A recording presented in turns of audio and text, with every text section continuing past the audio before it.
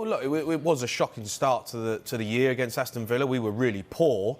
And, you know, he's not helping himself in the interviews that he's coming out with at the moment. He's very downbeat. He feels defeated at the moment. And I think there's a bit of a problem with him and the board and what he sees as what they need, Tottenham, and the future going forward.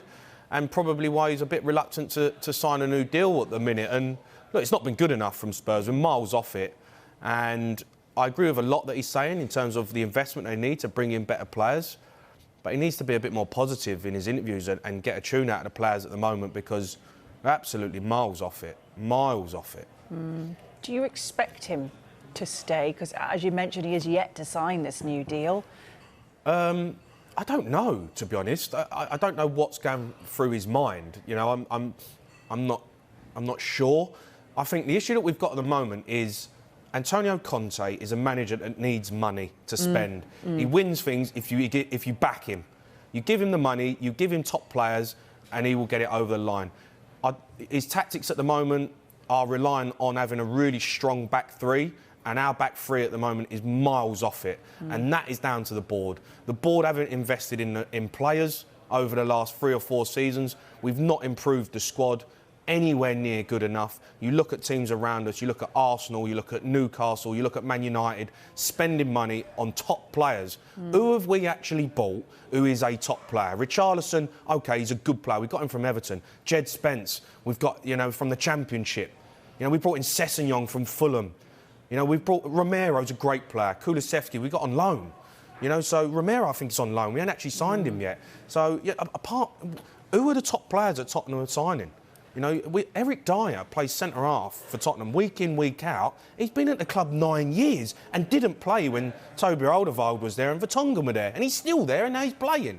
So for me, I agree with what Conte's saying. He needs to be backed. The board have got to start taking accountability for how bad this has got because we are miles off it. And actually, if you look at the team and you look at the squad of players, we probably overachieved last season getting in the Champions League.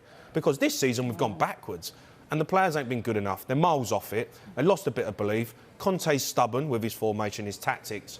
But come on, look at the squad of players. Tanganga, Eric Dyer, Sessegnon, Matt Doherty. You know, all right, good players. But, you know, we want to compete. We want to kick on. Arsenal have kicked on. Look at Arsenal. We pipped them to the post last season. We got 4th spot. I thought, right, let's go. We can kick on now as a football club. We've gone backwards.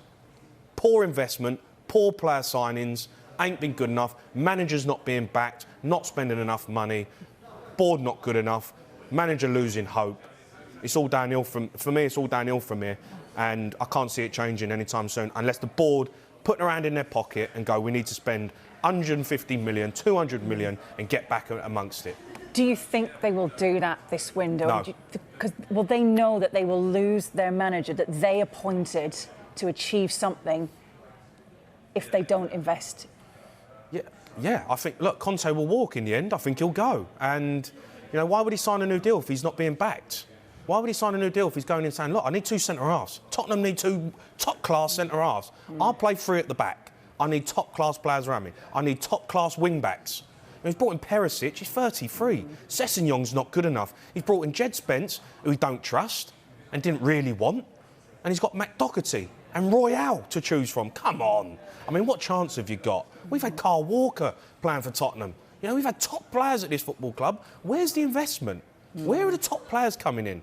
You know, and he's looking at going, well, I'm not signing a new deal. Why would I sign a new deal if you're not going to back me and give me money to spend and bring in some top players here? Because I need that. We are nowhere near it. He done brilliant getting Tottenham in the Champions League last season, found a way to get it over the line. He done unbelievable to get Tottenham in the top 4. Champions League football with that squad of players. And in this season, club's gone backwards because he ain't been backed and he ain't brought in top players. He's brought in good players. We need top players.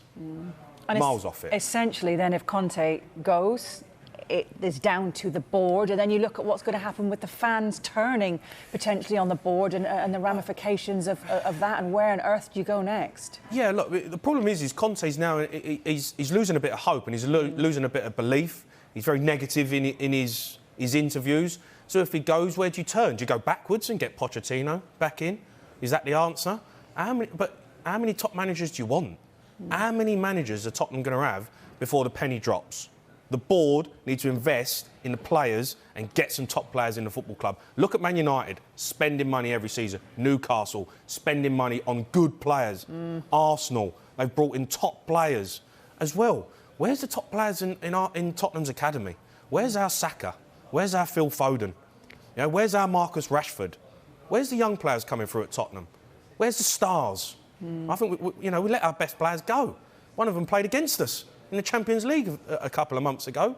So the last players that come through, Harry Kane, Harry Winks, Skip. All right, Skip's a good player, he's all right. Where's our Saka? We ain't got one. What's going on at the football club? Have a look at the foundations, have a look at the board. You know, this is a big football club, nice, shiny, great-looking stadium, but what's actually going on behind closed doors there? Where's the direction? Where are we actually going? What are we actually wanting to achieve? Do we want to win trophies, or do we just want to be commercially a good club?